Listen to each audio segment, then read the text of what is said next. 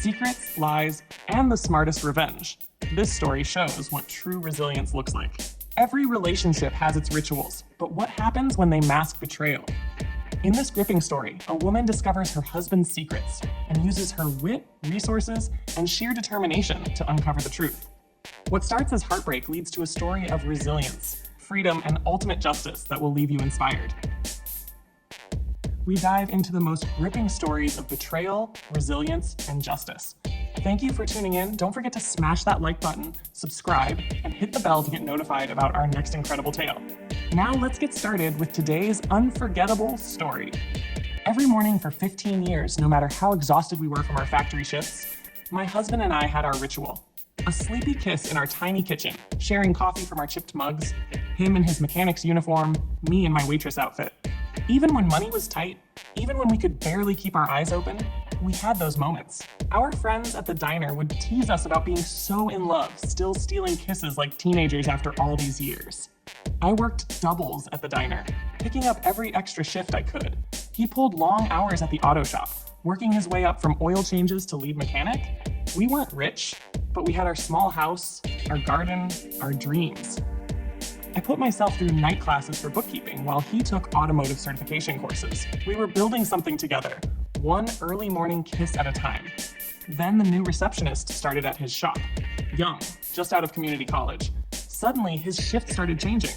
Our morning kisses became quick pecks, then just a wave as he rushed out early for emergency repairs. The extra hours weren't showing up on his paycheck.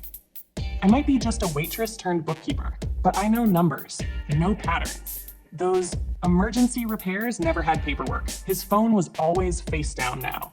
Our joint account was draining faster than usual. Lunches at places we'd never been able to afford, gas station charges in parts of town where none of his customers lived. One of my regular customers at the diner, a retired cop who always ordered the same breakfast special, noticed something was wrong. When I told him about the strange charges, he taught me some basic investigation tricks. Document everything, he said. Keep a log. Save receipts. Take photos of the odometer when my husband claimed to be working late. I started watching, learning. The diner gave me the perfect cover. Nobody pays attention to a waitress. I'd pick up extra shifts near the auto shop, noting when his truck was there and when it wasn't. The other waitresses became my eyes and ears across town, texting me whenever they spotted his truck at places he shouldn't be. The real breakthrough came from the most obvious place: Facebook. The receptionist loved posting about her life, never thinking to check her privacy settings. Pictures of fancy lunches with a man whose face was always just out of frame, but I recognized his watch. I'd saved for 6 months to buy it for his birthday. Check-ins at hotels during his supposed late shifts. Even a selfie in front of his truck, hastily deleted, but not before I'd taken a screenshot. I kept everything on a cheap tablet I bought from the pawn shop, backing it up to a free cloud account he didn't know about. Every receipt, every photo, every screenshot. The retired cop taught me about timestamps, about building a timeline. Evidence, he called it, your insurance policy.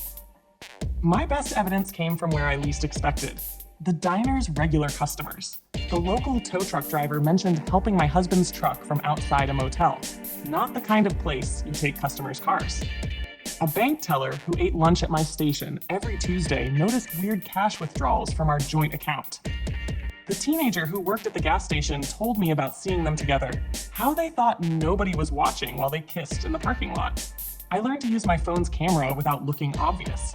Learned which angles worked best through windows, how to hold it while pretending to check messages. The retired cop showed me apps that stamp photos with time, date, and location. All admissible in court, he said. Then came the morning that changed everything. I was working an early shift when one of the mechanics from my husband's shop came in for breakfast. He didn't know I was his waitress. The morning rush was busy, and he was focused on his phone. I overheard him talking about a weekend trip my husband was planning with the receptionist. They were going to use the bonus money we'd been saving for a down payment on a better house.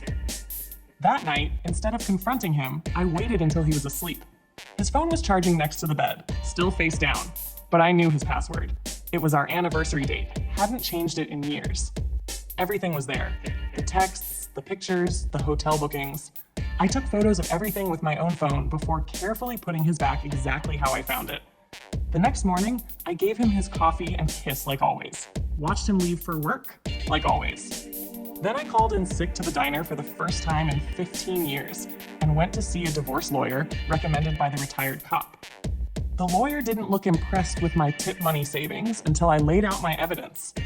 "You've done better investigation than most PIs," she said, spreading out my photos and logs across her desk.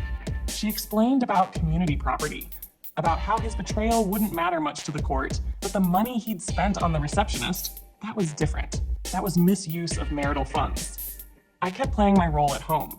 Morning kisses, evening meals, all while quietly getting ready. Opened a separate bank account at a different bank. Had my tips deposited there instead of our joint account. Made copies of every tax return, every car title, every piece of paper that looked important. The diner's owner even wrote me a letter promising me full-time bookkeeping work. He'd seen how I'd organized the accounts during slow shifts. The receptionist made my final evidence easy. She posted on Facebook about a surprise weekend away, same dates as my husband's training conference. I waited until they were gone, then went to the motel with my phone camera ready. Caught them in the parking lot, loading up his truck for their getaway. Even got video of them kissing against our truck, the one I'd helped make payments on for 3 years. I didn't cry, didn't scream, just walked up while recording, said good morning like I was serving coffee at the diner. The look on their faces, worth every early morning shift I'd worked. He started stuttering excuses, but I just handed him the divorce papers, right there in the motel parking lot. The fallout wasn't pretty. Word spreads fast in a small town. His boss at the auto shop had a wife who ate at my diner. The receptionist's parents were Sunday regulars. By Monday, they both had lost their jobs. Turns out the boss didn't appreciate them using company time for their affair. The divorce went faster than expected. My evidence was too solid for him to fight. The judge split everything down the middle, but he had to pay back the money he'd spent on her from our savings. The lawyer called it dissipation of marital assets. I called it justice.